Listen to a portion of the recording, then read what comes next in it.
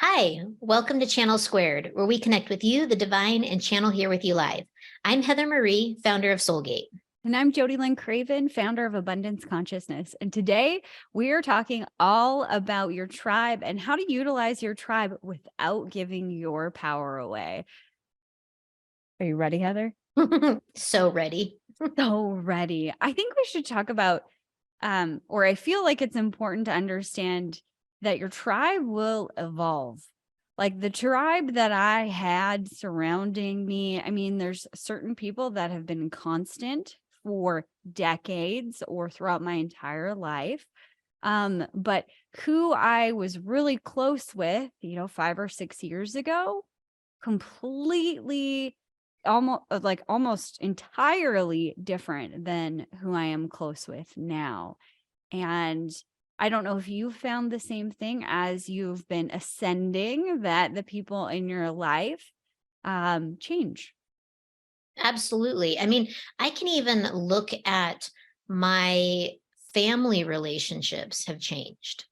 Oh, yeah. I mean, this isn't just like friends and colleagues and those types of people in my life, coaches and whatever, but even my family relationships have changed.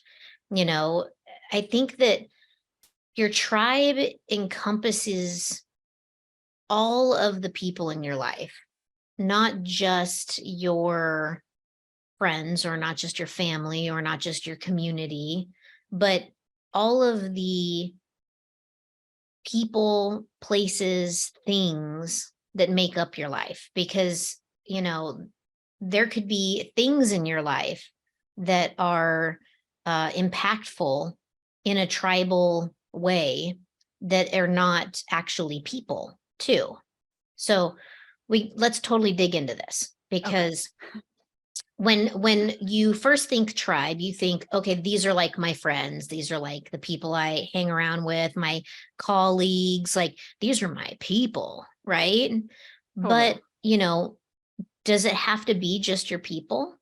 Can it be the animals in your life, your pets? I mean, I have had several pets in my life, and I have had some that I am very deeply connected to, Mm-hmm. and some that I'm also deeply connected to, but not like the other ones. Mm-hmm. So, I had a dog named Milo. He was like my child. Like we were connected on such a soul deep level that when he died, there like a piece of me died. Like I grieved him. I still grieve him. To this day, I still grieve him. He was just such an important part of my life. And he was there with me through so many iterations of me as I was growing, as I was evolving, as I was ascending. And he was there the whole time and loved me unconditionally. Mm-hmm. And he loved me unconditionally in a time of my life when I wasn't really receiving that from anybody else. Mm-hmm. And so he was my tribe in that time. And the beautiful thing about animals, I think, is that they love you no matter what. Mm-hmm. They have that unconditional, you know, grounding energy that allows you to have a tribe without actually giving your power away, because they're not making decisions for you. They're not even talking to you. Mm-hmm. You know, they're talking to you energetically, but they're not saying, oh, yeah, I think you should totally leave him, girl. He is just not a good person. Right. How many times have our girlfriends said that? Right. Mm-hmm. So when you're looking at tribe, look at all of the things in your life, you know, not just the people in your life. I like that distinction because even your home is a part of your tribe and the things that are within it, plants, animals, furniture, whatever. It's all energy that is around you and impacting you. That's a good distinction. I've never really thought of those things in context of the word tribe. I like Yeah. that. Yeah. Yeah. So sometimes your tribe is made up of like friends and family, right? Like those are the most tribe-ish things, right? Mhm. But it could also be teachers, coaches, your children's community. Mhm. You know, if you have kids, your kids' school teachers, Or the friends, administrators or their friends. parents.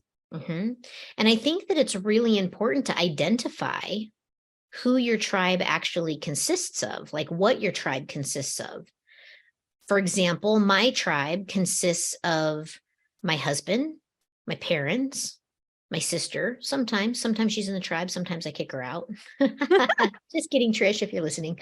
Um, but like it includes my friends, you, my friend Jackie. You guys are huge roles in my tribe. I have a wiener dog. He's part of my tribe. The Your plants. plants. Yep. The plants, they're part of my tribe. And the thing is I receive a lot of value from each of the pillars in my tribe. Mhm. You know, my parents, I have an amazing relationship with my parents. I'm really fortunate that way, and the thing is that I have spent my entire life cultivating the relationship with my parents. You know, Mhm. my sister doesn't have as close of a relationship with my parents. I mean, let's just be real, Trish, if Yep. you're listening, you can change that. But, Anybody that's listening can change that. absolutely, you can absolutely change that. And Mhm. and the thing is, I have spent my entire life cultivating my relationships to my parents, to my animals, to my plants, to my husband, to my friends. Mhm.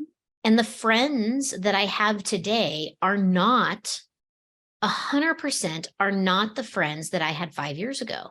I Mhm. didn't even know my best friends today, 5 years ago. Yeah. And the thing is that when I think about how important these relationships are in my life, they need my love, care, and attention Mhm. because they're important to me.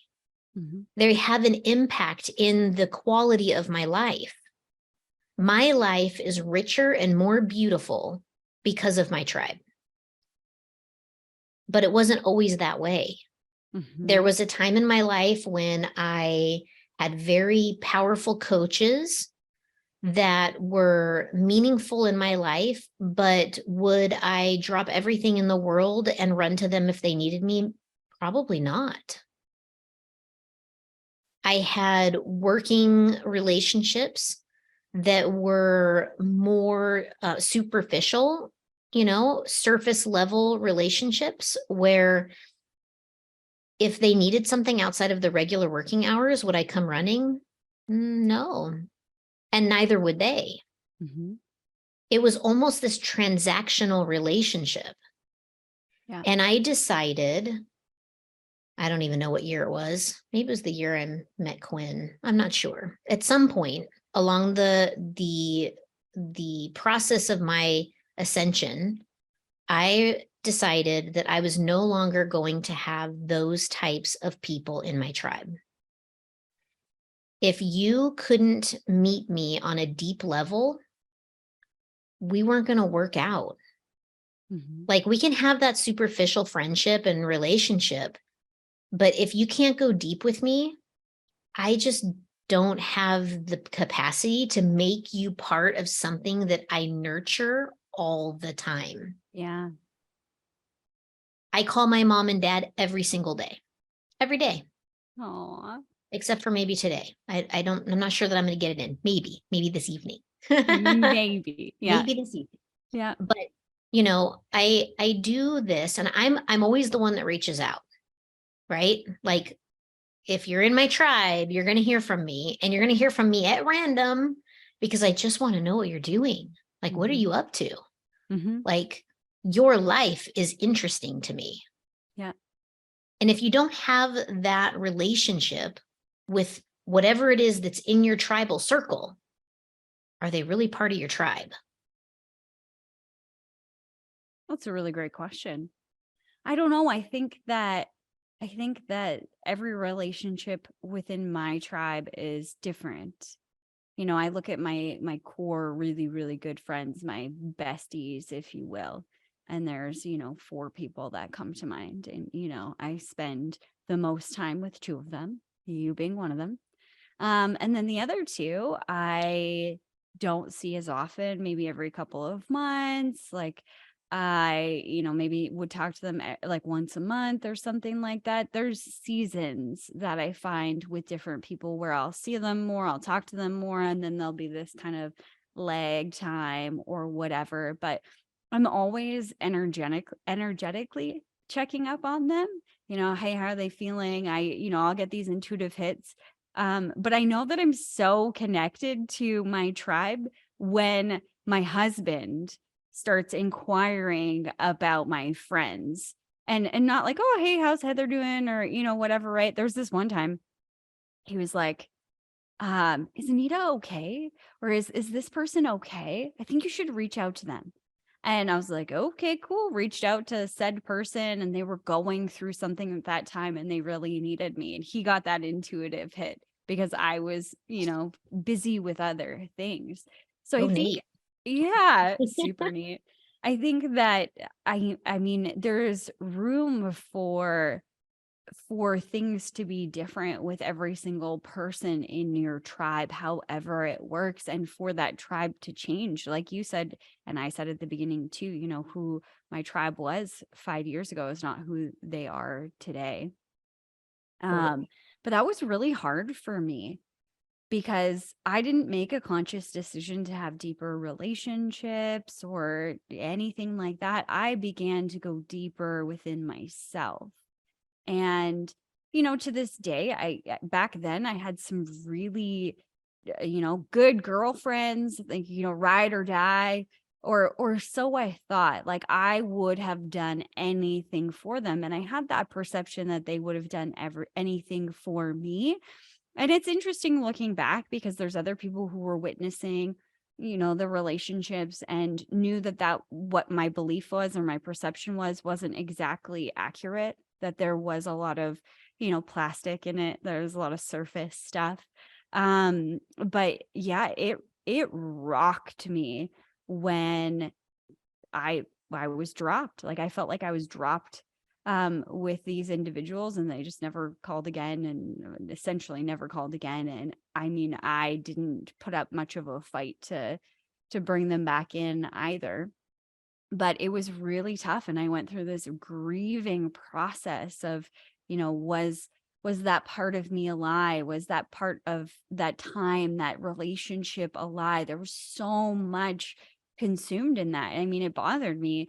I Up to like last summer was still grappling with the fact that, what was reality versus, what was this shiny thing I made up in my mind. So as you become more conscious about who you want to surround yourself with, which I think we should talk about, how do you even figure that out?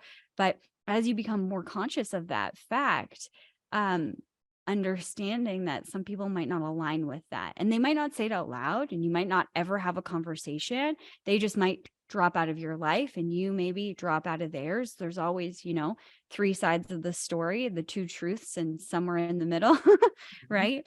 So that's going to happen. And it's okay to grieve for those people or for those relationships, and choose again and again and again, whether, the opportunity presents itself, whether you want them in your life or you don't, or whatever that looks like. I want to come back to something that you just said about tribal seasons, seasonality in the tribe, right? You have some people in your tribe that, kind of come in and out, depending on the seasons of your life and the experiences that you're having. I think that's okay, and that's healthy, and that's definitely something to look at. And I want to bring up the other thing that you said as a side piece to this, of going deep within and remembering that you are also part of the tribe. when we look at our tribe, it's really easy for us to be like, oh yeah, this person and that person, and this thing and that thing, those are all, those are my tribal things. But never do we look at, and I am also part of the tribe. Mm-hmm. You have to love you, care about you, like fill up your cup so that you can also support your tribe. Because it's not just what they're doing for you, what they're providing for you, but what are you giving in return? Because if there's anything that we learned about, the natives, it's even exchange. Okay, this is also a lesson in spirituality. Exchange, exchange, exchange. You can't receive without giving, right? There has to be a balance. The entire universe is built on balance and having, if there's one piece, there's another piece to match, right? There's always these two sides. So if you have a tribe, you need to remember that you are also part of the tribe, and that you may be the season in somebody else's tribe. So these are just things that I want to put out there so that you kind of get you thinking about that. Can you see where you are the seasonal tribal member? Can you see, the importance of you, I know, like, we've talked a lot about like nourishing yourself and taking care of yourself and setting your boundaries and all of these things that we've talked about over the last, several weeks. Where are you doing this for you, and how are you supporting your tribe? It's not just about what you're receiving from your tribe. I just wanted to put that out there. I love that. That is often forgotten about. You are also a piece of that tribe and need to, reciprocate, be there for people. And that also comes at seasons too. Sometimes there's a season of, you need a lot of help because you've got twins or something and you need a lot of help and you're not getting a lot of sleep. So you don't have much to give. And then there's other seasons where, you have way more to give and someone else needs it. It's their turn. It's this ebb and flow of this giving and receiving and giving, like Joey would say from Friends. Yeah. We love Joey from Friends. Absolutely. So when you're, I don't even know if this is a conscious thing or not, but when you're accepting people into your tribe or allowing people to get closer to you, are there certain things that you are looking for? I know you already said depth of conversation, like how deep can we go? And that's something that's really important to me. I don't want to have superficial relationships. I want to have deep connections, and it could be in different capacities. Like maybe we go deep on the conspiracy theories. Yay. Maybe we go deep on our feelings or deep on spirituality, but there is a deeper level of communication between me and that other person in my tribe.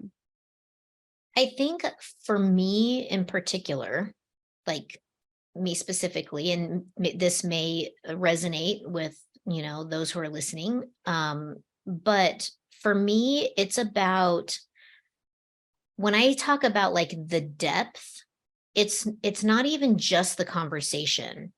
It's how safe do I feel? Like, can I be completely transparent and still have them be in the tribe? Like, will they still want to be with me when I, want to talk about inflammatory topics, or if I want to call them out on their bullshit, if there is some? And are they going to call me out on my bullshit? Right?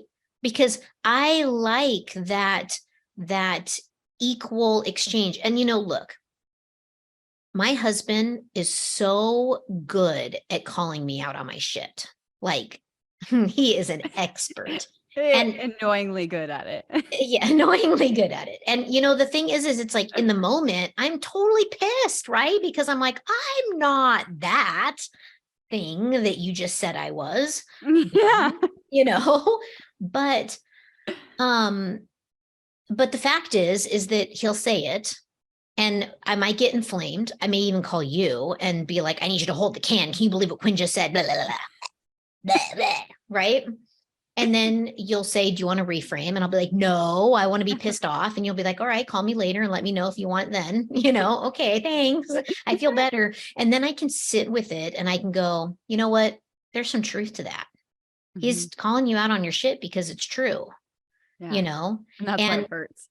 yeah, exactly. And, and at that point, it gives me this beautiful opportunity to come back to him and be like, I heard what you said. And thank you for pointing that out to me. And, I'm going to change in this way, or I'm going to not change because I don't care that, that's I'm being an idiot. I'm going to be an idiot. And okay, at least we have a place, right? And it's this safe place where if I choose that I'm going to continue to be an idiot, he is going to be okay with me being an idiot. Yep. He's just like, hey, you do you. You're going to be an idiot. I'm still going to love you the same, right? Yeah. I love you, idiot, So for me, when I'm looking at letting people in, and I keep a very small circle, like my close, my people are very small in number, and I'm very selective in who I let get close to me. I'm kind of like a fortress. You cannot traverse the moat and get into the, castle unless I actually open the bridge and let you in. I'll have meaningful relationships with people, but you don't get into my tribe unless like I'm really feeling it. You know what I mean? And it all comes down to me for safety. Like, can I let them into my world and be completely vulnerable with them?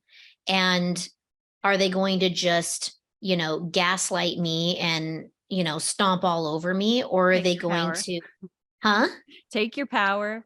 Take my power, exactly. Yeah. Or are they going to uplift and support me and give me a difference in perspective?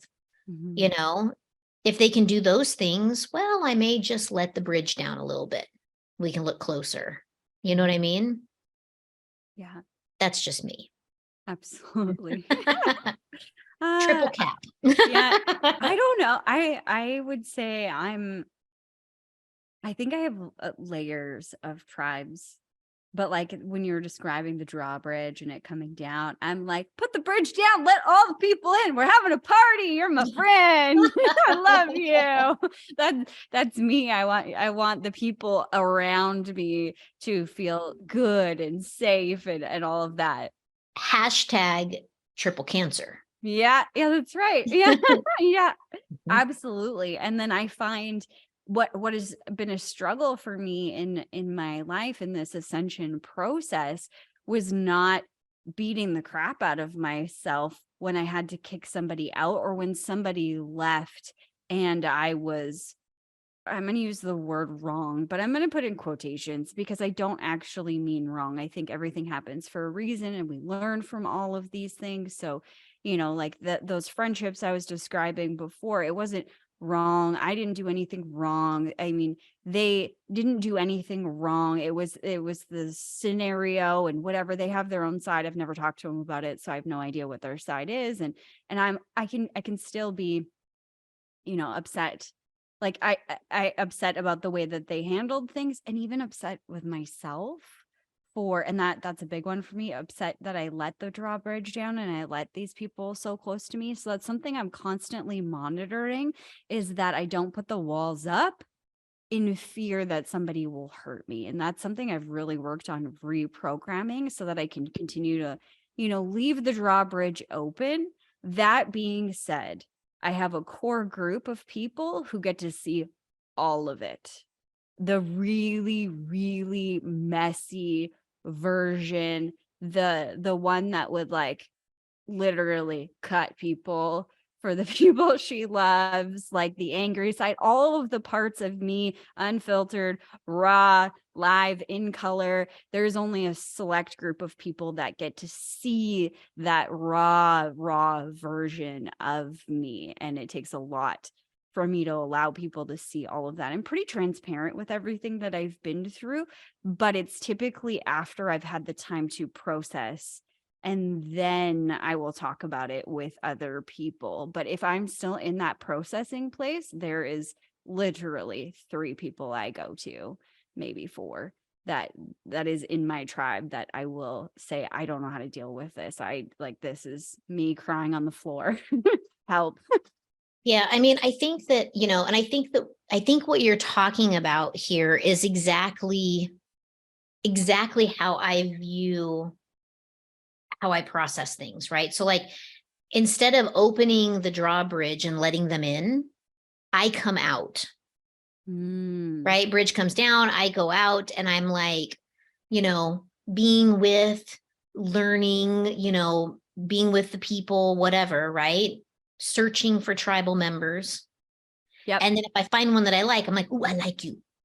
Come on, Let's go. you're coming with me, And so, I think that, and maybe that is from a place of fear, it's just how I've always been. Maybe I should explore that, but I've just always been that way. I've always, I'm very present and with people when I'm with them, whether they're part of the tribe or not. They're important and they matter to me. Yeah. Even if they're not my bestie, they still matter to me. People matter, and so I'll go out and, partake in the village, but that doesn't mean that I'm going to bring them back to my house. Yeah.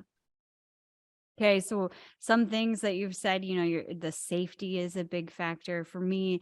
The alignment in values, and it doesn't have to be directly like I believe family is one of my highest values. Communication is a high value. Honesty is a high value.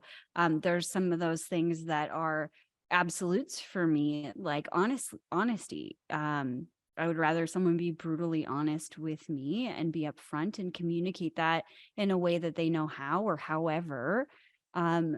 I don't like lying. I don't like people that lie. It doesn't. Is anybody? I don't think so. I don't think so, but I have a hard time. So some of the values that I hold are absolutes. Like there's not a lot of wiggle room. That being said, I mean, people make mistakes. I make mistakes, and there's always room for forgiveness. But at some point, you have to believe what people show you, and see that. So the safety side of things, the values, I think is really important. Is there anything that we're leaving off the list as people build their close-knit tribe of, how to build a kick-ass tribe? Well, I mean, I think that the values is the number one single most important thing when cultivating your tribe, is do they align with your values? And do they offer a perspective on alternate values, right? Because you can surround your whole world with like-minded, like-thinking, like value, and then it's just all the same, right? You're literally surrounding yourself with you. What fun is in that, right? You should be looking to cultivate your tribe with free thinkers that may give you a difference in perspective, that may, be like, oh yeah, I totally can respect and appreciate your values. And, I totally get that. But also there's this, and this is kind of why I think it, but you have to be open and willing to explore those differences of opinions. We had done an episode some time back about Roe v. Wade. Hugely controversial topic. Yeah. Exactly. And we had a really interesting conversation, and we were kind of on opposite sides of the fence. And you're when like we a began sister. The conversation. Yes, Yeah. we were on opposite sides of the fence. Absolutely. And by the time that we got done having the conversation, 40 minutes later or an hour later or however long it was later, we both could understand and see the other person's perspective. Yeah. And we had a very enriching conversation about it. And if you didn't catch that, go back and watch that episode so that you can see exactly how a loving, nourishing relationship on a topic where you have completely difference of opinions actually looks when you are surrounded with tribe members that are not only have the same values, but have the opportunity and the openness to explore and understand ones that might be a little bit different. Yeah. And that willingness to. Exactly.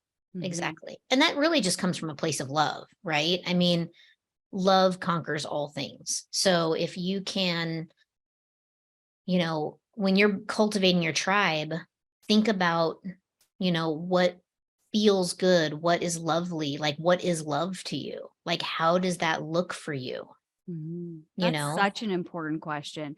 Like, I feel like that's a mic drop moment. What is love to you?